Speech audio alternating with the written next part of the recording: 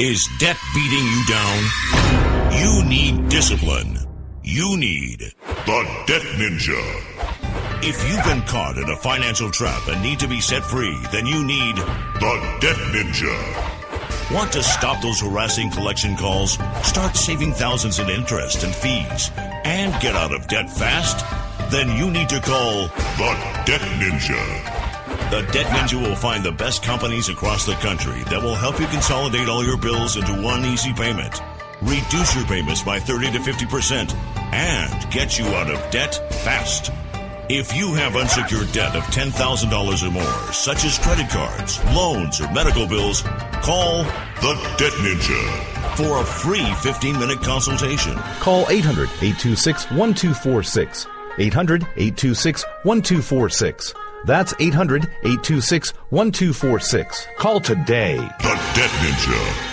Individuals and businesses with tax problems, listen carefully. Do you feel like you're losing control over your finances? If you owe over $10,000 in back taxes or have unfiled tax returns, we can help you take back control. The IRS is the largest and most aggressive collection agency in the world, and they can seize your bank account, garnish your paycheck, close your business, and file criminal charges. Take control of your tax problems now by calling the experts at Tax Mediation Services and take advantage of the Fresh Start program and new laws that may allow us to negotiate a settlement for the lowest amount possible. Our team of tax attorneys and enrolled agents can stop collections and get you protected so you can take control of your financial future. Tax Mediation Services is accredited by the Better Business Bureau. Call now for a free case review and a price protection guaranteed quote. Call Tax Mediation Services now at 800-610-9050. That's 800-610-9050. 800-610-9050. All writers are prone to becoming so attached to our characters and stories that we struggle to see why a passage may not be working. It takes another set of eyes to help us nurture our writing to full maturity. At Black Wolf Editorial Services, we strive to enable writers to develop and grow, shaping stories into masterpieces that can stand the test of time. Editing services are provided for all genres and all age categories. Services range from critiques of the short story through to the line edits of the full-length novel and copy editing for those preparing for publication. We also offer assistance on generating a writer's bio for your websites, as well as help with those book blurbs and promotional material. We won't abandon you to the masses. We want to celebrate with you in your successes. Black Wolf Editorial Services, nurturing your writing into maturity. For a full list of services and prices, visit us at blackwolfeditorial.com.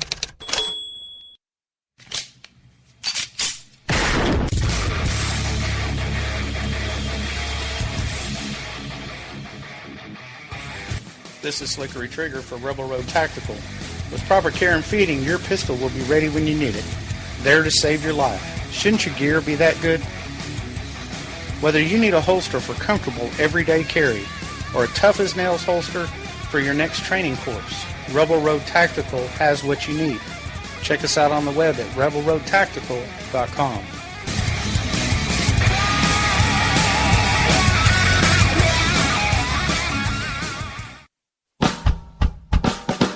You're listening to the Spark Radio Network, internet radio like you've never heard before.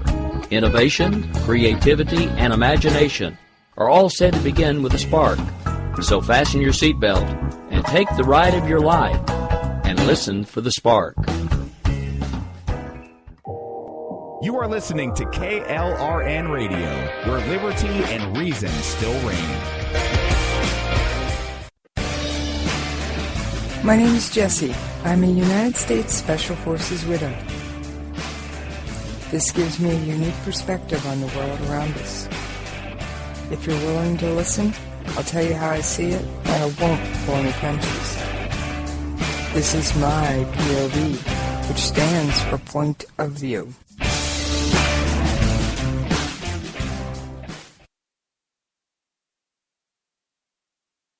All right, this is Jessie. I am so happy to be back with you guys. You know I miss you when we're not talking. No, I really do. I promise. All right. I had very few audio clips for you last night. In fact, I think I had like one. That's not the case tonight. I'm going to warn you in advance. There was a major Operation Inherent Resolve update from the DoD today. And I was able to get the audio from the press conference, and I've got some of it, bits and pieces of it, prepped for you today. That's not the only topic we are going to cover. Don't worry. I don't talk U.S. politics. I may talk Turkish politics, New Zealand politics, North Korean politics. I don't talk U.S. politics. You're safe on that score. Very rarely do I mention that. All right. Thank you all for joining me. Now, yep, that's the show prep. I'm going to start off with one of those audio clips. Good morning, all. Today we'll start in Syria and we'll move on to Iraq. In Syria, significant progress is being made in liberating previously held Daesh territory. In the past week, coalition conducted more than 60 kinetic strikes against ISIL fighters, leaders, and infrastructure to support the Syrian Democratic Forces operations to isolate Raqqa along two converging axes of advance. The SDF has liberated 270 square kilometers, 321 since the beginning of the operation. As you know, Daesh consider Raqqa their capital in Syria, so we expect resistance to stiffen as forces move closer to the city. Of note, coalition forces conducted a strike resulting in the death of Iraqi national Abdel Basit al-Iraqi, who was emir of ISIL's Middle East external networks, including against American, Turkish, and European targets. Abdel Basit was struck and killed November 12th in Raqqa, Syria. He was a key facilitator for ISIL's external operations routes through Turkey and was responsible for attacks within the Middle East. Along with these external attacks and plots, he's also been connected to convoy reconnaissance and facilitation extremist travel, finances, and weapons in the region. His death degrades and delays ISIL's current plots against regional targets and deprives them of a capable senior manager who provided oversight over many external attacks. All right, so they are moving in to take back Raqqa. We don't hear about that much on the news. I've got a couple stories about it. We're going to talk about it. Don't worry. You'll get plenty of Raqqa by the time we're done. Definitely promise you that one. Just trying to find the article. You know me. I never get them in order before we go on air, do I? Come on, that would be a rare bear day.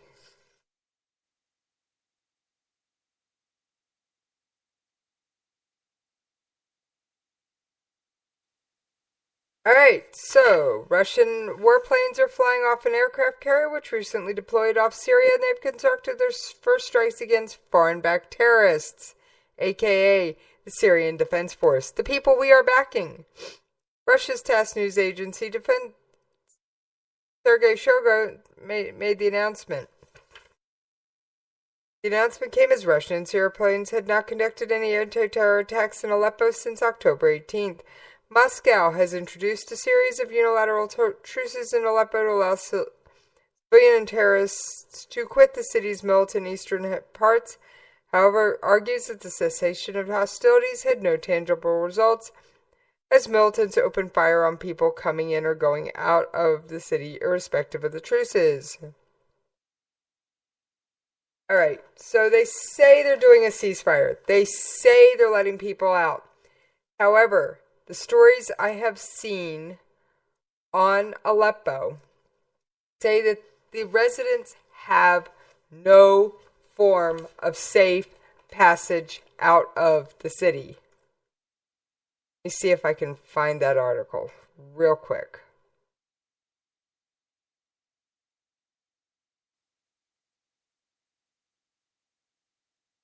I cannot pull that article, but the people are saying, yeah, you may say we have safe passage, but there's really no way out.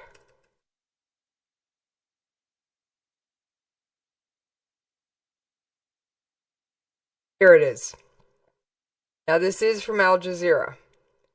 Syrian government forces sent a text message to residents of East Aleppo on Sunday demanding they leave the rebel-controlled area with 24 hours or risk their lives during a major offensive.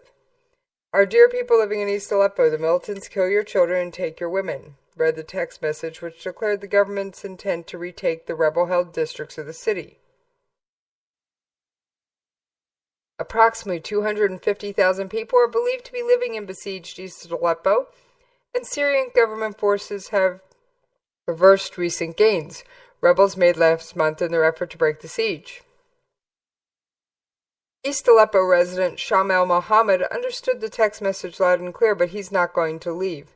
In general, I don't want to leave. I just want the supply route to open for food and aid to return to the city, and to go back to how things were before the siege, said Mohammed, who sells stationery.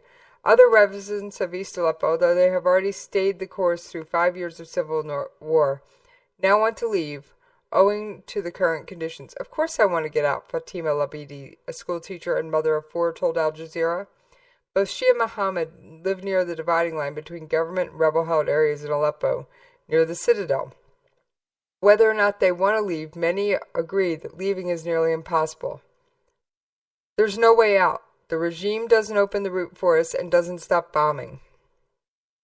Despite deteriorating conditions and dwindling food supplies, Mohammed said, I don't want to move away. My biggest dream is to return to the security and safety of 6 years ago, that way we eat, drink, and live a little. Conditions are getting worse in East Aleppo, according to many observers. Electricity is always cut off. There's a high increase in prices and acute lack of vegetable availability. Fuel is almost non-existent in markets. Bread quality and quantity is abating. According to Human al-Mallah, a member of the Syrian Network for Human Rights in the Aleppo Governorate. Maybe the most difficult obstacle is the lack of stored fuels that is required for the generators. Last week, the United Nations warned that East Aleppo risks mass starvation as food is not immediately allowed in, and pleaded that the Syrian government, Russia, and rebel groups permit food to be delivered. It has been disputed who is responsible for the civilians' inability to leave East Aleppo recently. According to Syrian state TV, reported that rebel groups are preventing civilians from escaping and using them as human shields. However, many East Aleppo residents said it's the government, not rebel groups. So we've got a he said, she said going on here. Now, for those of you who don't have your Syrian scorecards up to date, let's go over them real quick. And I'm going to be precise on this one. President Obama said Bashar al-Assad must go. President-elect Trump says, we'll see. I'll evaluate it later. Russia is propping up Bashar al-Assad. Turkey wants to become friends with Russia again. Turkey is friends with us. They're frenemies with Russia. They're friends with us. We're using a Turkish Air Force base to bomb Daesh, aka ISIS, folks. Alright, so Iran and China are also following suit and propping up Assad, just so you have an overall picture here. So we've got Iran, China, and Russia supporting Assad, Turkey and the U.S. bombing Daesh. Now remember, Turkey hates the Kurds. We're using the Kurds to try and get Daesh to kick tail and take names, or just kick tail. We don't really care if they take names when it comes to Daesh. Alright, so that's your overall scorecard. So we've got Daesh getting involved in things, and we keep going, oh no, are they going to take it out on the Kurds? Are they really trying to attack the Kurds? 2 birds, 1 stone. Who knows? Time will tell. Alright, so that's the update from Raqqa. But if you heard that last part, we had a major win on the 12th. In fact, let me see if I can cue that up to just that part. I liked what he said about that. Let's see. Good morning, all. Today we'll start in Syria and we'll move on to Iraq. In Syria, significant progress is being made in liberating previously held Daesh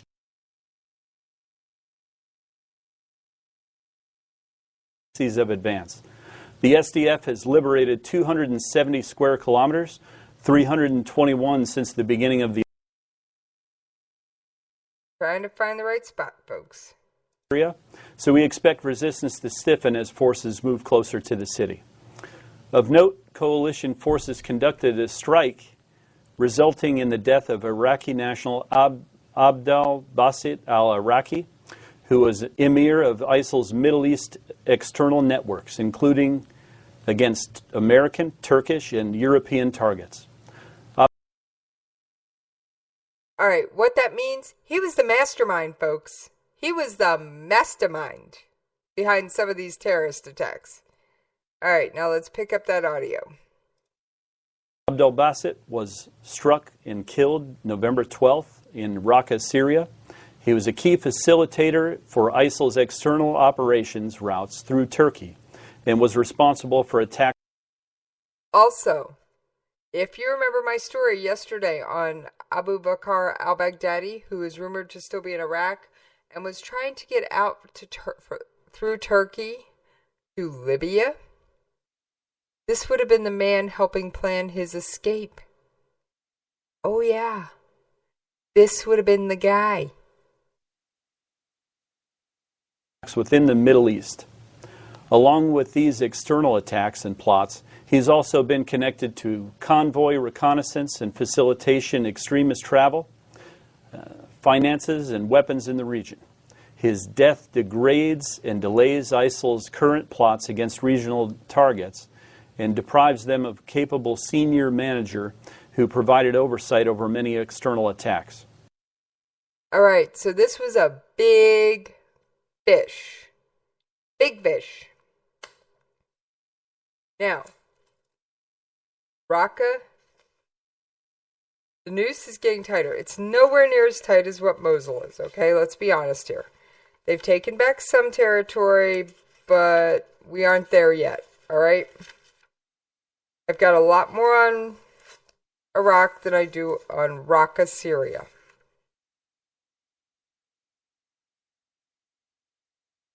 I've even got a couple on Yemen. Oh yes, Yemen. But since we were discussing Russia and Syria, I'm going to do my Russian article next. Sorry, no audio clip on this one. Russian President Vladimir Putin has signed a decree to withdraw Russia from the International Criminal Court, commonly referred to as the ICC, which prosecutes war crimes, genocide, and crimes against humanity. Do any of those sound familiar, folks? They should. Putin's decree, published on the Kremlin's website on Wednesday, comes a day after the UN General Assembly's Human Rights Committee approved a resolution condemning Russia's temporary occupation of Crimea and blamed Moscow for rights abuses and discrimination against some Crimean residents, such as Tatars. Alright, the Tatars are very historic people to that region. I don't have time to go into it now. Dmitry Peskov, Putin's spokesman, said the withdrawal is based on national interest and argued that since Russia never ratified the creation of the court Wednesday, the decree was just a never ratified the creation of the court. Wednesday's decree was just a formality. Russia annexed Crimea in March 2014 from Ukraine after a hastily called referendum, a move that led to crippling Western sanctions. A separatist armed conflict later erupted in eastern Ukraine, followed the following month, backed by Russia. Of course, Russia said, "We don't have any soldiers there. You don't see any soldiers." They had the uniforms, they had the weapons, they had everything but the flags on the uniforms, guys. Okay? Let's just get that straight. On Monday, the ICC issued a preliminary report in which it described what has happened in Crimea as an international armed conflict between Ukraine and the Russian Federation. Russia's foreign ministry insisted in a statement that Russia wants everyone implicated in grave international crimes to face justice, but expressed frustration over the court's work in recent years. The court has unfortunately failed to match the hopes one had, and did not become a truly independent and respected body of international justice, adding that the ICC's 14 years of work, only 4 verdicts have been passed, while $1 billion was spent on expenses. Just hours before Russia's announcement, the UN human rights chief made a spirited defense of the ICC, entreating countries not to leave it. The tribunal is already facing major pushback from African countries who say it's a Western institution focusing on trying nations from the continent. Burundi was the first country to withdraw in October. 3 days later, South Africa also announced it planned to leave the ICC, followed by Gambia. The ICC has been investigating cases against Sudanese and Kenya leaders and have issued an arrest warrant against Sudan's President Omar al-Bashir. The ICC was established in 1998 and has over 100 member states. It is the world's first permanent court mandated to bring to justice people responsible for war crimes, crimes against humanity, and genocide. And Russia just backed out. Now, what this little act that I didn't hear on U.S. News anywhere says to your host: 1, Russia doesn't want to get dragged in front of this court because they know what taking Crimea was the wrong thing to do. It was against international law. And there were human rights abuses, crimes against, genocide, all manner of ills that took place in the taking of Crimea. 2, Putin doesn't want to get dragged in front of the ICC. That's number 2 why they backed out, over the Crimea issue. 3, makes this host wonder what else Putin has up his sleeve. If he is willing to walk away from the ICC, which is fairly well recognized across the globe, what is he up to next? What are his plans? What is he going to do? I mean, this can't be good, folks.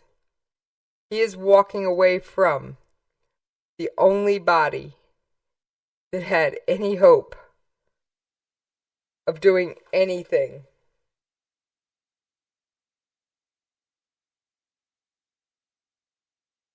Anything to stop him.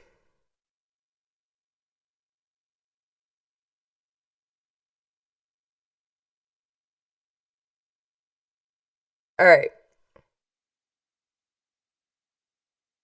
Give me just a moment here. I'm going to cue up another audio clip about Iraq. In Iraq, Iraqi security forces continue making progress in clearing areas of Daesh presence in Mosul and have seen fierce resistance that they had planned for and that we've been talking about for months. This is a neighborhood-to-neighborhood fighting, particularly in the east, and the Iraqi security forces have moved deliberately and exercised a laudable level of restraint in an effort to protect civilian life.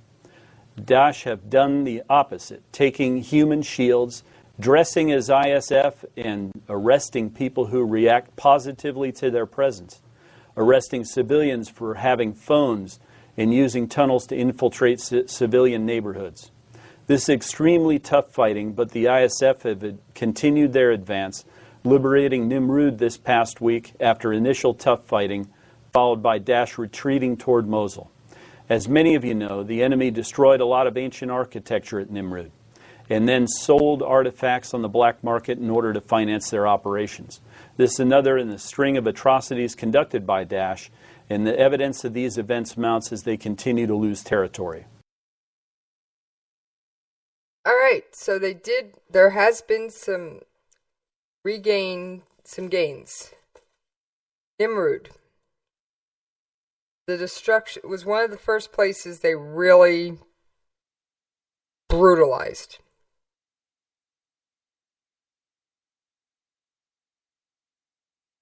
All right, I'm going to read off an article about some of the destruction in Nimrud.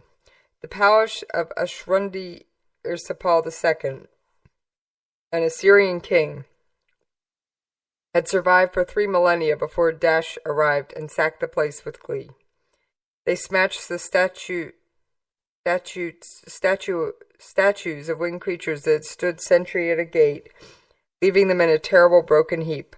A wing here, a foot there. They pulled down stone relief panels that once lined palace walls, ripping them so crudely in places that the panels splintered, leaving a tantalizing but painful reminder of what was. And the militants bulldozed Nimrod's ziggurat, the mud bricks base of a once-soaring ancient temple, reducing it to a pile of nondescript dirt. The bracing scale of destruction in Nimrud has only become fully apparent in recent days after Iraqi soldiers advancing on the northern city of Mosul recaptured the ancient site from Islamic State militants who took control of the area more than 2 years ago. The site was brutalized and came no surprise. It was no surprise. Daesh had released a video last year showing jihadists smashing panels with sledgehammers, scooping up stones with bulldozers, and rigging the site with explosive barrels that they detonated and filmed from multiple angles, as if they were teenagers memorializing their mastery of some cruel extreme sport. But Iraqi forces have clawed back the territory in Nimrud and other places. They have discovered mass graves and terrorized residents. Daesh occupation has been revealed time and time again to be even more harrowing than it looked from afar. Although antiquities experts have not yet visited Nimrud, they have seen pictures shared by soldiers and journalists. The destruction was worse than we thought, said Qais Hussein, the Director General of Antiquities Department at Iraq's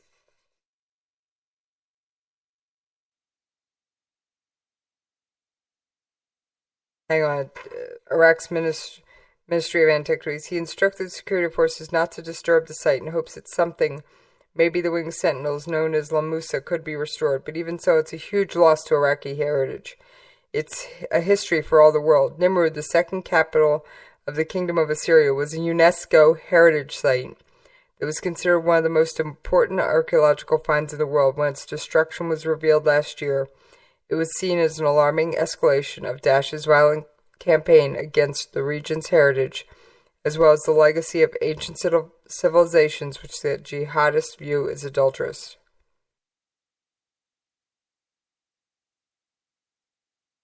There is one bright spot. Most of the site had never been excavated, he said, stirring hope that there was still more waiting to be revealed under layers of destruction. Among the soldiers walking around the ruins of Nimrud on Wednesday were local militiamen, and for them the ruins held special meaning, a place of beauty perched on a hill above the surrounding villages that drew visitors to this rural patch and even a few jobs. Sheikh Khalid al-Jabori, a local commander, said he wept when he first saw the Daesh videos of Nimrud's destruction. His father had worked at the site decades ago, and Jabori narrated the features of the palace, its grand hall, walls, the wells, and the library like a seasoned guide. He'd like to see it made like it once was. So they have at least recovered. No more damage can be done. Not that I'm sure there was much left that they hadn't already destroyed. But at least they've got it back.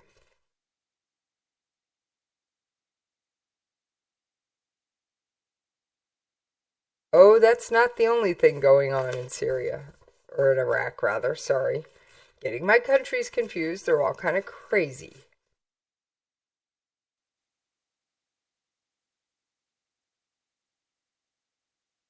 In a moment, you know I never have all my stories in the right order, do I? Kurdish forces won't withdraw from... Now, this story is from Al Jazeera. You know I always try and mention it when I use an Al Jazeera article.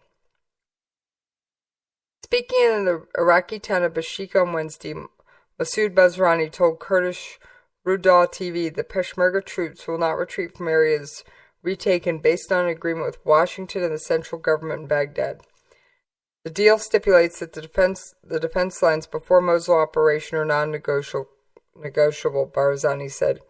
Our only goal is to protect the security of the people in these areas and for the Peshmerga to back it. We will never again let you be displaced, and you can count on us for that, he noted in comments directed at Iraqi Kurds. Since October 17th, the Iraqi Volunteer Army, Shia and Sunni fighters, as well as Peshmerga, have been engaged in an offensive to liberate the northern city of Mosul. Anybody who listens to my program has known this. We cannot say that Daesh is gone and let's relax now. This kind of challenge and threat will always be there. Therefore, we should organize ourselves, upgrade our weapons, improve our training, and be ready for any threat. Last week, Human Rights Watch released a report accusing Iraqi's Kurdish security forces of having illegally destroyed Arab homes in northern Iraq over the past 2 years in what may amount to a war crime. The report said obliteration of homes, referring to the report, Brazen emphasized that Kurdish forces only targeted enemies regardless of their ethnicity. Those who were with Daesh and supported it are our enemy. Whether they are Kurds, Arabs, or Turkmen, we will treat them the same as Daesh. That is our policy, and let organizations that are concerned with human rights know that.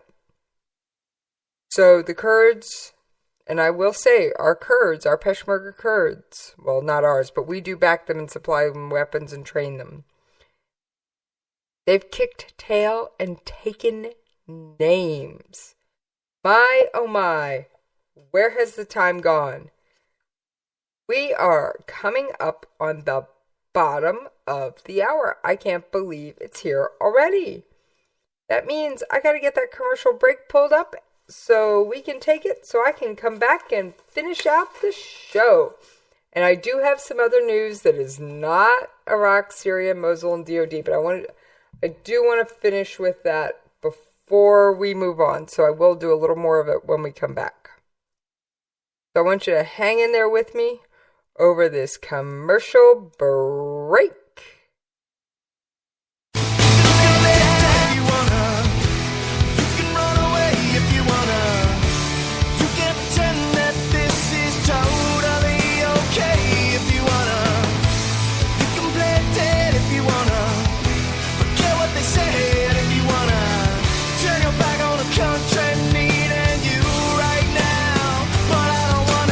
The following message contains a special offer for listeners of this station. Are you a man over 40? Are you constantly looking for the nearest bathroom? Do you wake up multiple times a night to use the bathroom? Right now, Perfect Prostate is sending out free bottles of their groundbreaking new formula to listeners of this station. Perfect Prostate Formula was developed by medical doctor Mitchell Fleischer, and its ingredients have been clinically studied to reduce your frequent nighttime bathroom visits and promote healthy urine flow. Right now, preferred customers get their first bottle of Perfect Prostate absolutely free. There's nothing to lose. Perfect Prostate is guaranteed to reduce that constant urge to use the bathroom, especially at night, and promote healthy urine flow. Don't wait. Call now for your free bottle. Just pay shipping and processing. Dial 1-800-675-0251. That's 1-800-675-0251. Supplies are limited. One free bottle per household. Call now. Dial 1-800-675-0251. That's 1-800-675-0251. Individuals and businesses with tax problems, listen carefully. Do you feel like you're losing control over your finances? If you owe over $10,000 in back taxes or have unfiled tax returns, we can help you take back control. The IRS is the largest and most aggressive collection agency in the world, and they can seize your bank account, garnish your paycheck, close your business, and file criminal charges. Take control of your tax problems now by calling the experts at Tax Mediation Services and take advantage of the Fresh Start program and new laws that may allow us to negotiate a settlement for the lowest amount possible. Our team of tax attorneys and enrolled agents can stop collections and get you protected so you can take control of your financial future. Tax Mediation Services is accredited by the Better Business Bureau. Call now for a free case review and a price protection guaranteed quote. Call Tax Mediation Services now at 800-610-9050. That's 800-610-9050. 800-610-9050. All writers are prone to becoming so attached to our characters and stories that we struggle to see why a passage may not be working. It takes another set of eyes to help us nurture our writing into full maturity. At Black Wolf Editorial Services, we strive to enable writers to develop and grow, shaping stories into masterpieces that can stand the test of time. Editing services are provided for all genres and all age categories. Services range from critiques of the short story through to the line edits of the full-length novel and copy editing for those preparing for publication. We also offer assistance on generating a writer's bio for your websites, as well as help with those book blurbs and promotional material. We won't abandon you to the masses. We want to celebrate with you in your successes. Black Wolf Editorial Services, nurturing your writing into maturity. For a full list of services and prices, visit us at blackwolfeditorial.com. KLRN Radio has advertising rates available. We have rates to fit almost any budget. Contact us at advertising@klrnradio.com.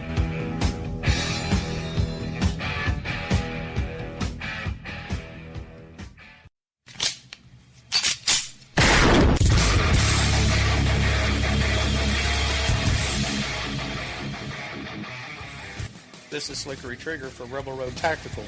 With proper care and feeding, your pistol will be ready when you need it, there to save your life. Shouldn't your gear be that good? Whether you need a holster for comfortable everyday carry or a tough-as-nails holster for your next training course, Rebel Road Tactical has what you need. Check us out on the web at rebelroadtactical.com.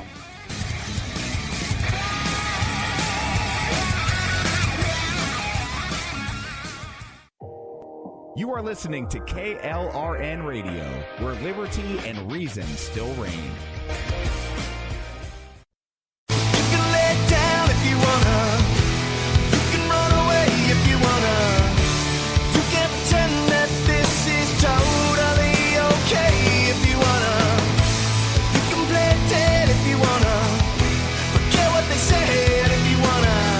Turn your back on the country needing you right now. All right, thank you for hanging in there with me over that commercial break. We are going to wrap up our discussion of Mosul. Now, I have added an image to this episode. I'm going to tweet out the entire image when we're done. It's amazing. The photo that you're looking at is a vehicle-borne improvised explosive device that was captured in Peshmerga territory, and it's now used to train Peshmerga forces at one of our training sites in northern Iraq. As you can see, it's reminiscent of a Mad Max vehicle with armored plating in the front to protect the driver until he can detonate the explosives he's carrying on board. The coalition has used strikes mostly from the air to destroy these anywhere that they can be found. Around Mosul, we've destroyed 60 plus since the Iraqi forces commenced their operation to liberate the city on October 17th. And I'm sure you recall that we destroyed hundreds of these during the shaping operations in the months leading up to the Mosul operation. All right, I was looking at this. Oh my gosh. This thing is seriously, I wouldn't want to be facing it, especially not knowing it's carrying a bomb. So that's like major. I definitely have to tweet out that image after I get off the air. All right, we are going to, got one more clip. I don't remember if I played on Raqqa. So we're going to play that, and then we are moving on. Well, the SDF has continued their operations along two axes of advance. SDF, Syrian Defense Force, i.e. the moderate Syrian army that we're training. Got it. And what we expect is that once those axes converge, they'll back clear some of the area behind that. There's a significant pocket with a lot of Daesh presence, and this has been their plan. It's going according to their plan and along the timeline that they expected to do. All right, so that's enough. Syria, Iraq, vehicle-borne explosive devices. What about Yemen? When's the last time we heard Yemen? Did you know there's still fighting going on over there? Oh yeah. There's a lot going on in Yemen. And I don't know the last time I heard Yemen on the news. I was not able to find audio on this. I wished I had been able to. And trust me, I dug.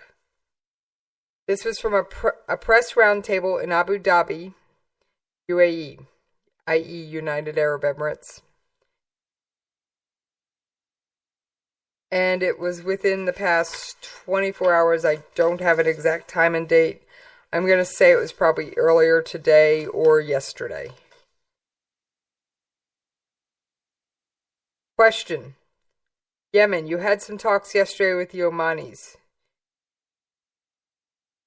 The purpose of the trip to Oman was several-fold. First of all, to pay respects to His Majesty the Sultan Qaboos, who has been enormously supportive of our efforts through the last years, particularly the overture to Iran, as well as being helpful with regards to Yemen and other issues, blah, blah, blah. We're going to fast forward.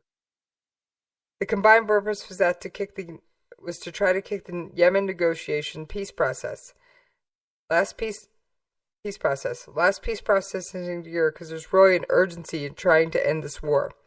There's a humanitarian disaster in Yemen. We work very closely with Ismail Ould Sheikh Ahmad, the UN Special Envoy. We've been consulting with him every step of the way. So I, in fact, personally met with, and this is John Kerry. So I personally, in fact, met with the Houthi last night. I met with the basic Houthi negotiating delegation that came here in order to meet with me. We met into the wee hours of the morning until about 2:30 in the morning, laid down a short program for trying to move the negotiations forward. The Houthi, by agreement last night, took it under advisement until this morning. I told them I'm coming here. It was critical for my conversation with Mohammed bin Zayed, Sheikh Mohammed bin Zayed, to have an answer to see whether we could move forward.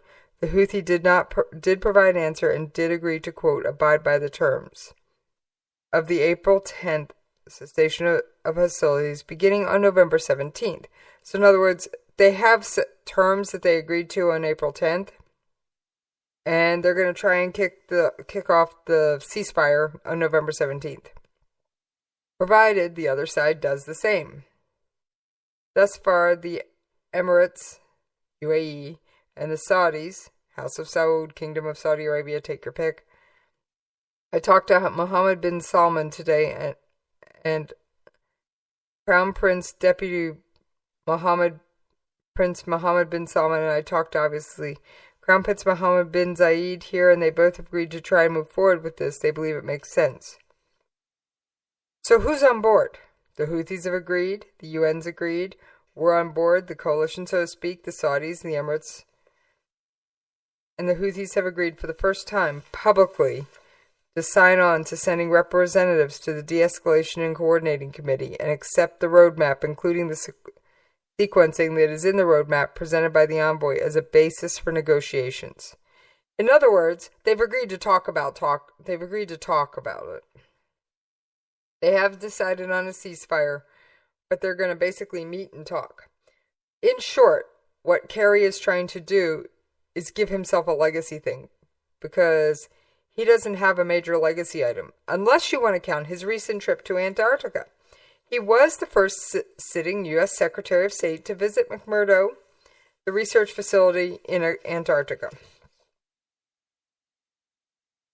So he babbles on about Yemen ad infinitum. I mean, he just gets really babbly, and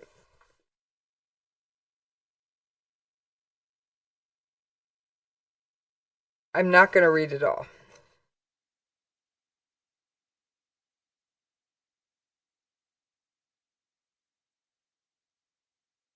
But I do feel this last little bit's so important. We have to have the final pieces, but I'm hopeful this can really come together, and it has the potential to be a real turning point in this conflict, provided everybody does their part. In other words, if everybody plays by the rules, we might get somewhere, which is always key in these challenges. But the first big step, as Sheikh Tahoun thought it was, potentially a real breakthrough, providing the pieces come together. Okay, can anybody say double speak?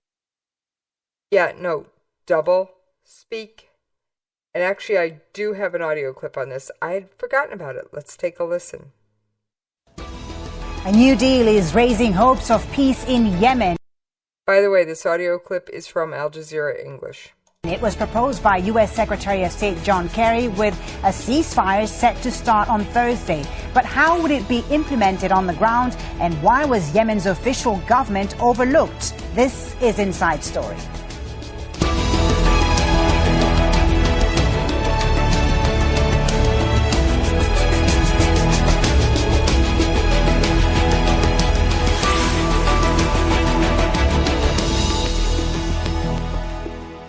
Hello and welcome to the program. I'm Fuli Batibo. The war in Yemen was never expected to last this long. When the Saudi-led coalition began its airstrikes against Houthi targets in the capital Sana'a 18 months ago, analysts and governments alike predicted a swift end to the fighting. But a year and a half later, the conflict is still unresolved. U.S. Secretary of State John Kerry is now hoping to change that with less than 2 months left in his term. On Tuesday, he announced that Houthi rebels have agreed to a ceasefire beginning on Thursday and have agreed to work towards establishing a new national unity government in a safe and secure Sana'a as a goal towards the end of the year. But Yemen's foreign minister says the... Okay, gotta cut in here. Sana'a is the capital of Yemen. Alright? This is a long clip. I warned you, but it's well worth the listen. I try not to waste your time. The internationally recognized government of Yemen is not part of that plan. The Yemeni government was not aware of a statement by US Secretary of State John Kerry on a ceasefire in Yemen. Kerry's remarks represent a desire to thwart peace efforts, and it's an attempt between him and the Houthis without the involvement of the government. So what can come out of this deal if one side is already dismissing it? We'll get to our guests in just a moment, but first let's go back to September 2014. That's when the Houthi rebels first took control of Sana'a. They're backed by both former President Ali Abdullah Saleh and Iran. Soon after, President Abdurrabbu Mansur Hadi fled to Saudi Arabia, and the Saudi-led coalition began its airstrikes in March 2015. Peace talks have started and failed several times this year, most recently in Kuwait 3 months ago. Meanwhile, the people are paying the price. A coalition airstrike hit a funeral in Sana'a last month, killing more than 140 people. The UN says more than 10,000 people have been killed in the war and at least 3 million have been displaced.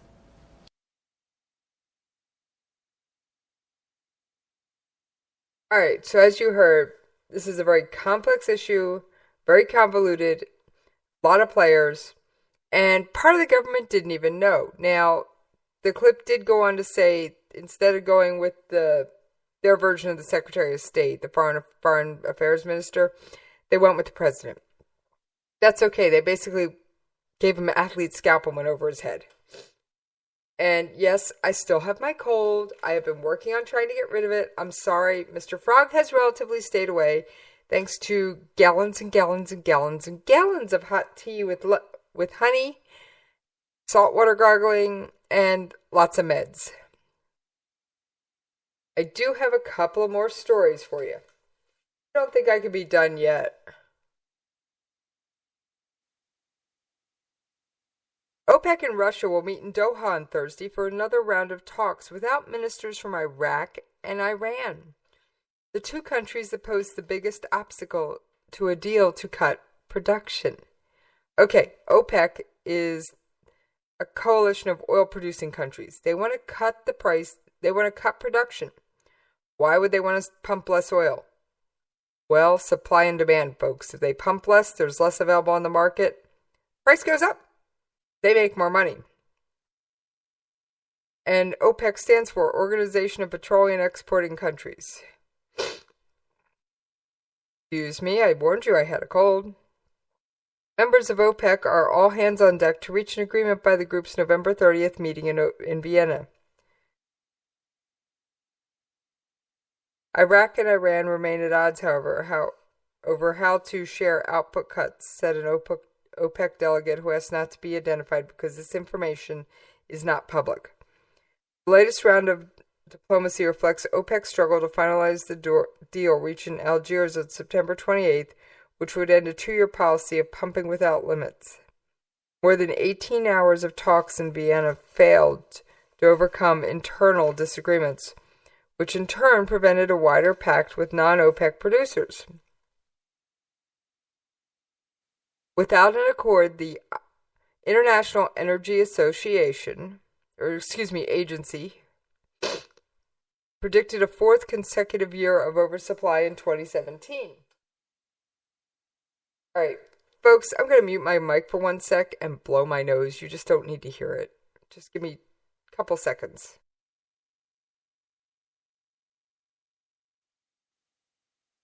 Much better. Oil diplomacy. Freeze diplomacy. All right. Oversupply in 2017. Brent crude rallied to a one-year high following the announcement of OPEC's preliminary accord to reduce production, but has since fallen back as doubts over the deal grow. The international benchmark rose 5.7% to $46.95 a barrel. Biggest gain since the surprise agreement in Algiers, as the fresh talks prompted speculation the group can overcome its differences. Freeze diplomacy continues in full swing, Oliver Jacob, managing director of Zug, Switzerland-based consultant Petromix GmbH, said in a note Wednesday. We think that Saudi Arabia wants to make sure that everything is done before the November 30th meeting. Russia will hold informal consultations with OPEC representatives, potentially including Saudi Minister of Energy and Industry, Khalid al-Falil, at the Gas Exporting Countries Forum in Doha, November 17th and 18th. Alright, why is all this important? Remember our Syrian scorecard? Who backs Syria? Russia, Iran, and China. Wait a minute. Russia and Iran also just made a weapons deal. Iran is running roughshod around Iraq, trying to basically make it a puppet. Yeah, You can betcha Iran doesn't want to cut its oil exports now it's finally allowed to sell more than what the Oil for Food program allowed it to do. Not that it wasn't selling on the black market, folks, but it can get a lot more selling on the real market. Now you know why those scorecards are so important. Neither Iran, Iraq, nor Nigeria will send ministers to Doha. And that's for the gas exporting countries.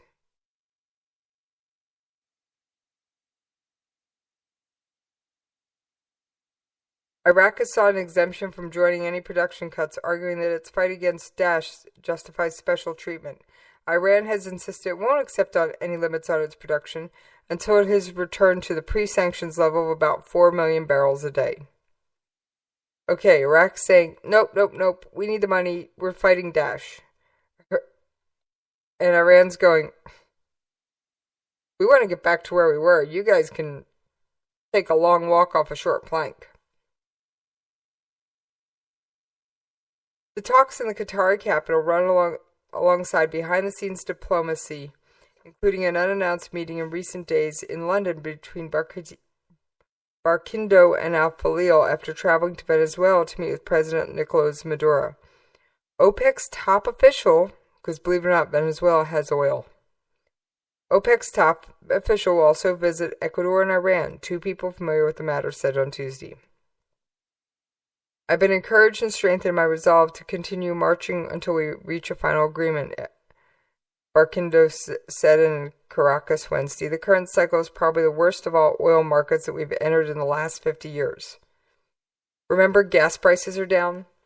Part of the reason gas prices are down and home oil prices are down and heat oil prices are down and all those petroleum product prices are down is because OPEC's been pumping without limits for 2 years.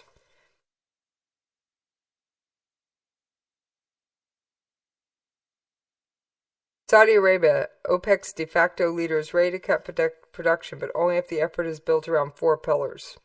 All members must agree to collective action, pledge to share the burden of cuts equitably, and do so in a way that is transparent and has credibility with the market. The latter can be achieved by using OPEC estimates of how much each member pumps rather than relying on countries' own figures. In practice, that means Saudi Arabia still thinks Iraq needs to cut output and Iran has to freeze production around current levels. Neither country has agreed to do that so far.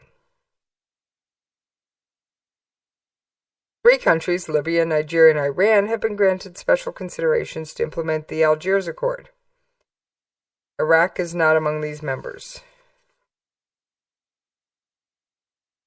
In Libya and Nigeria, production is still recovering after a spate of violence and militant attacks on oil infrastructure. Saudi Arabia, Iraq, and Iran are the largest producers within OPEC, accounting for the group's 55% of the group's oil output. Now you see why those scorecards come into play, folks. They're more important than just one battle.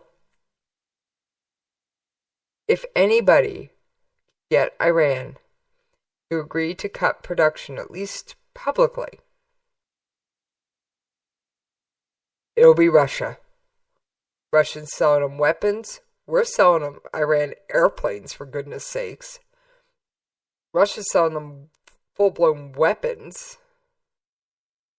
I mean, if anybody can institute the pressure needed, it's going to be Russia.